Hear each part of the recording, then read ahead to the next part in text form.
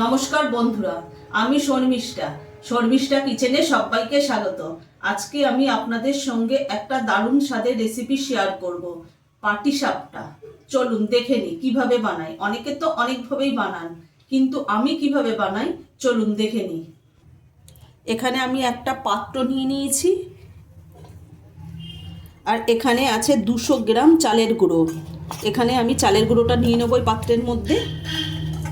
পাটিসাপটা পিঠে অনেকে অনেকভাবেই বানান, কিন্তু আমি কিভাবে বানাই আজকে আমি আপনাদের সঙ্গে সেটা শেয়ার করব। ভিডিওটা আপনারা প্রথম থেকে শেষ পর্যন্ত অবশ্যই দেখবেন। এখানে 200 গ্রাম চালের গুঁড়ো আছে, আর এখানে 100 গ্রাম সুজি আছে। সুজিটাকে আমি আগে থেকেই জল দিয়ে ভিজিয়ে রেখে দিয়েছিলাম, এটাও আমি দিয়ে দেবো।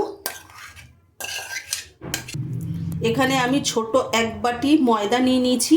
আমার যদি দরকার হয় তাহলে আমি আর একটু ময়দা দিয়ে দেবো এর মধ্যে। আমি এই এক বাটি ময়দা আগে দিয়ে দিলাম এখানে।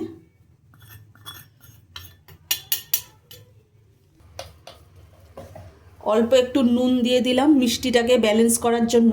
আর যে কোনো এরকম পিঠে বা পায়েস করার সময় একটু নুন দিলে মিষ্টিটা তাহলে খুব ভালো লাগে, আর স্বাদটাও খুব ভালো হয়। এবার আমি একটা চামচ দিয়ে সমস্ত উপকরণগুলো একসঙ্গে আমি মিক্সড করে নেব। এখানে আমি ছোট এক বাটি দুধ নিয়েছি, সেটাও আমি এর মধ্যে দিয়ে দেবো। এবার দুধটাকেও আমি মিশিয়ে নেব এর মধ্যে। এখানে আমি পাটালি গুড় দিয়ে দেবো। আমি এই পাটিসাপটা পিঠাটা আমি পাটালি গুড় দিয়েই করব।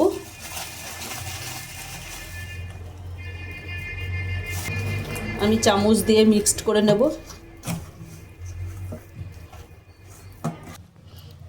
আমি এক বাটি জল দিয়ে দেব।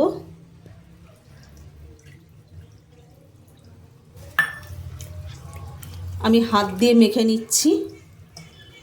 এখানে পাটালি গুড়গুলো শক্ত আছে, আমি মেখে কিছুক্ষণের জন্য রেখে দেবো, ততক্ষণে পাটালি গুড়টা গলে যাবে। পাটিসাপটা পিঠের ব্যাটারটা আমার এখানে রেডি হয়ে গেছে। দেখুন কত সুন্দর, একদম পাতলাও না খুব ঘনও না, ঠিক এরকম রাখতে হবে, এরকম। আমি এটা 10 মিনিটের জন্য রেখে দেবো। আমি গ্যাসটা ধরিয়ে দিলাম, কড়াইটা বসিয়ে দিলাম। আমি পাটিসাপটা পিঠের নারকেলের পুরটাকে আমি তৈরি করে নেব, তার জন্য কড়াই বসিয়ে দিয়েছি। নারকেলের পুরটা তৈরি করার জন্য আমি কড়াইটা বসিয়ে দিয়েছি আগে থেকে। এবার আমি দুধ দিয়ে দেব কড়াইয়ের মধ্যে। আমি দুধটা আগে থেকেই একটু গরম করে রেখেছিলাম, এটাকে আমি আবার একটু ফুটিয়ে নেব। দুধটা ফুটে গেছে, ওর মধ্যে আমি একটুখানি নুন দিয়ে দেব। দুধের মধ্যে আমি পাটালি গুড় দিয়ে দেব। আমি অল্প একটু চিনি দিয়ে দেব, দরকার হলে আমি আর একটু চিনি পরে দিয়ে দেব।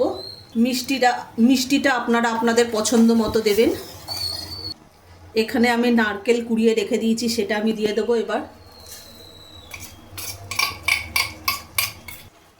নারকেলটা এবার এই দুধের মধ্যে একদম শুকনো করে নিতে হবে।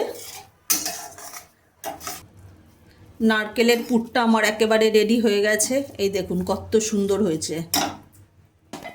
আমি একটা ফ্রাই প্যান বসিয়ে দিয়েছি গ্যাসের ওপর। আমি একটা বাটির মধ্যে তেল নিয়ে নিয়েছি, আর বেগুনের একটা বোটা নিয়ে নিয়েছি। এটা দিয়ে আমি ফ্রাই প্যানের মধ্যে তেল দিয়ে নেব। এইভাবে আমি তেল দিয়ে নিলাম, তেলটাকে একটু গরমও করে নিয়েছি। এবার আমি 2 চামচ ব্যাটার দিয়ে দেবো।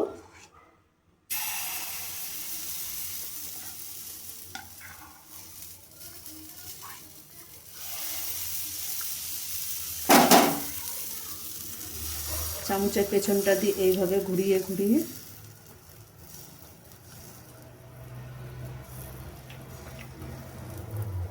আপনারা আপনাদের পছন্দ মতো সাইজ করতে পারেন, কোনো অসুবিধা নেই। ছোট বড় যেরকম আপনাদের পছন্দ সেভাবে করে নিতে পারেন। এবার আমি নারকেলের পুর দিয়ে নেব মাঝখানে।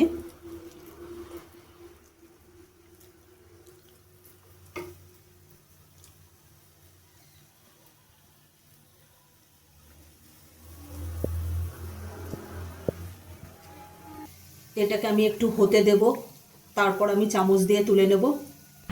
এবার আমি আস্তে আস্তে চামচ দিয়ে তুলে নেব।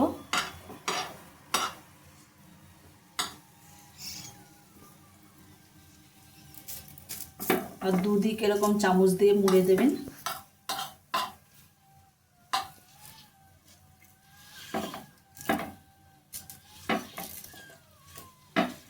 দেখুন কত সুন্দর হয়েছে।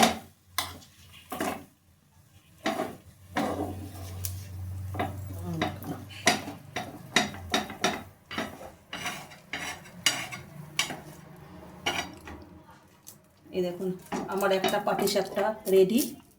এইভাবেই আমি সমস্ত পাটিসাপটা করে নেব। দেখুন কত সুন্দর হয়েছে। আমি আর একটা দেখিয়ে দেবো। আমি ফ্রাই প্যানের মধ্যে তেল লাগিয়ে নিয়েছি, এখানে আমি 2 চামচ দিয়ে দেবো ব্যাটার।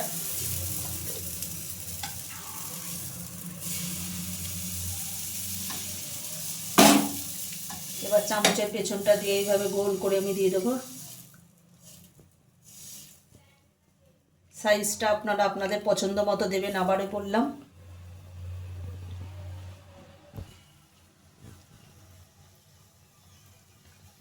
এবার আমি নারকেলের পুরটা দিয়ে দিলাম মাঝখানে।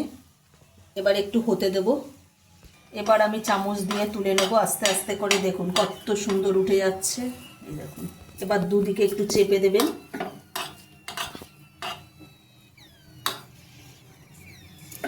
এটা গরম তো, একটু আস্তে আস্তে করবেন, নাহলে হাতে লেগে যাবে।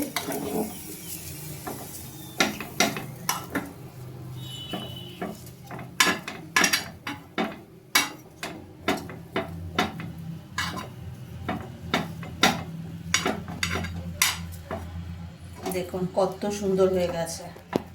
দেখুন দেখুন কত সুন্দর দেখতে। যখন এত সুন্দর হয়েছে তাহলে খেতে কতটা সুন্দর হবে। আপনারা চটপট একবার বাড়িতে এভাবে বানিয়ে ফেলুন। আমাদের সবগুলো পাটিসাপটা পিঠে রেডি।